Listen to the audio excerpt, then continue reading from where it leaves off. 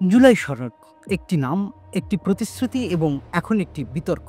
আন্দোলনের দাবির ফসল হিসেবে জন্ম নেওয়া এই সনদ এখন পরিণত হয়েছে বিভ্রান্তির প্রতীকে। আর এই জগা খিচুড়ির মাঝেই চুপচাপ লাভবান হচ্ছে জাতীয়তাবাদী দল বিএনপি। এই মুহূর্তে অভিযোগের আঙ্গুল একদম সোজা গিয়ে ঠেকেছে অন্তর্বর্তী সরকারের দিকেই। আন্দোলন করে মানুষ যে সরকারের পতন ঘটালো, তার জায়গায় এসে বসলো এমন এক সরকার, যে সরকারের মূল লক্ষ্যই হওয়া দরকার ছিল জাতীয় ঐক্যমত্য ও স্থিতিশীলতা। কিন্তু বাস্তবে কি হলো? যাদের অভ্যুত্থানের সঙ্গে বিন্দুমাত্র সম্পর্ক ছিল না, সেই ব্যক্তিদেরই এনে বানানো হলো উপদেষ্টা। আর আন্দোলনের সাথে সম্পর্কহীন সেসব উপদেষ্টা নির্বাচনের ভেতরেই লুকিয়ে আছে আজকের সংকটের বীজ। ডক্টর মোহাম্মদ ইউনূস ও তার অন্তর্বর্তী সরকারকে অনেকে এখন বলছে ইন্টারন্যাশনাল মানের গল্পবাজ।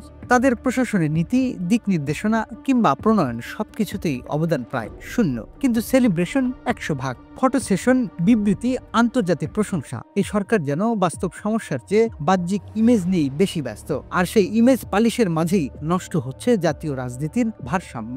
জুলাই সনদে সবচেয়ে বেশি উদ্বাহ ছিল নাগরিক পার্টি, কিন্তু স্বাক্ষরের দিন তারা অনুপস্থিত। তাদের জায়গা থেকে বিষয়টা নীতিগত অবস্থান। ফ্রম দ্য বিগিনিং তারা ছিল রিজিড। এটা তাদের রাজনৈতিক দর্শনের অংশ, যা হয়তো অন্যান্য দলের সঙ্গে মেলে না। তবু প্রশ্ন থেকে যায়, জাতীয় স্বার্থের সময় রাজনৈতিক অহংকি এতটাই প্রাধান্য পেতে পারে? জামায়াতের অবস্থান ছিল বরাবরই কৌশলগত। তারা একবার বলেছে প্রপোর্শনাল রিপ্রেজেন্টেশন, একবার গণভোট, কিন্তু বাস্তবে কোনো ইস্যুতেই তারা জনগণকে সঙ্গে নিতে পারেনি। আজ তারা পর্যবেক্ষক, খেলোয়াড় নয়। রাজনীতির টেবিলে তাদের প্রাসঙ্গিকতা যতটা আছে, বাস্তব রাজনীতিতে ততটাই হ্রাস পেয়েছে।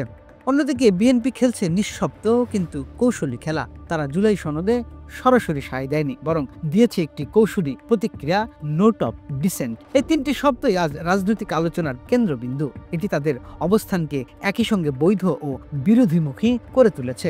একদিকে তারা সনদের দায় নিচ্ছে না, অন্যদিকে জনগণের আকাঙ্ক্ষার জায়গায় নিজেদের প্রাসঙ্গিকতা ধরে রাখছে। আজকের জটিল রাজনৈতিক প্রেক্ষাপটে বিএনপি এক ধরনের নীরব সুবিধাভোগী হয়ে উঠেছে। তারা কোনো সংঘাতে সরাসরি যুক্ত নয়, আবার বিরোধিতার কেন্দ্রেও নেই। এই মধ্যপন্থাই তাদের সামনে নতুন সম্ভাবনা খুলে দিয়েছে, বিশেষ করে যখন অন্তর্বর্তী সরকারের সিদ্ধান্তহীনতা প্রতিদিন স্পষ্ট হয়ে উঠছে। সমালোচকরা বলছেন, এই সরকার এতটাই ধ্বজভঙ্গ যে একটা কাজও সঠিকভাবে করতে পারে না। যে সরকার নিজের ঘোষণাপত্রই বাস্তবায়ন করতে পারে না, সেই সরকারের হাতে জনগণের ভবিষ্যৎ কতটা নিরাপদ? প্রশ্ন এখন শুধু দক্ষতার নয়, যোগ্যতারও। দেশ আজ একটি রাজনৈতিক ভাঁজে আটকে আছে, যেখানে অভ্যন্তরীণ বিভাজন, আন্তর্জাতিক চাপ আর প্রশাসনিক অক্ষমতা একত্রে তৈরি করেছে অস্থিরতার ছায়া। এমন অবস্থায় বিএনপি যদি নিজের অবস্থানকে ধারাবাহিকভাবে কৌশলগতভাবে ধরে রাখতে পারে, তাহলে পরবর্তী ক্ষমতার রূপরেখায় তাদের ভূমিকা প্রত্যাশিতভাবেই গুরুত্বপূর্ণ হয়ে উঠবে। জুলাই সনদে স্বাক্ষর না করেও বিএনপি কি আদতে সবচেয়ে লাভবান দল? এই প্রশ্নের উত্তর হয়তো পাওয়া যাবে খুব শিগগিরই, যখন অন্তর্বর্তী সরকারের মুখোশ খুলবে আর নতুন রাজনৈতিক বাস্তবতা স্পষ্ট হবে।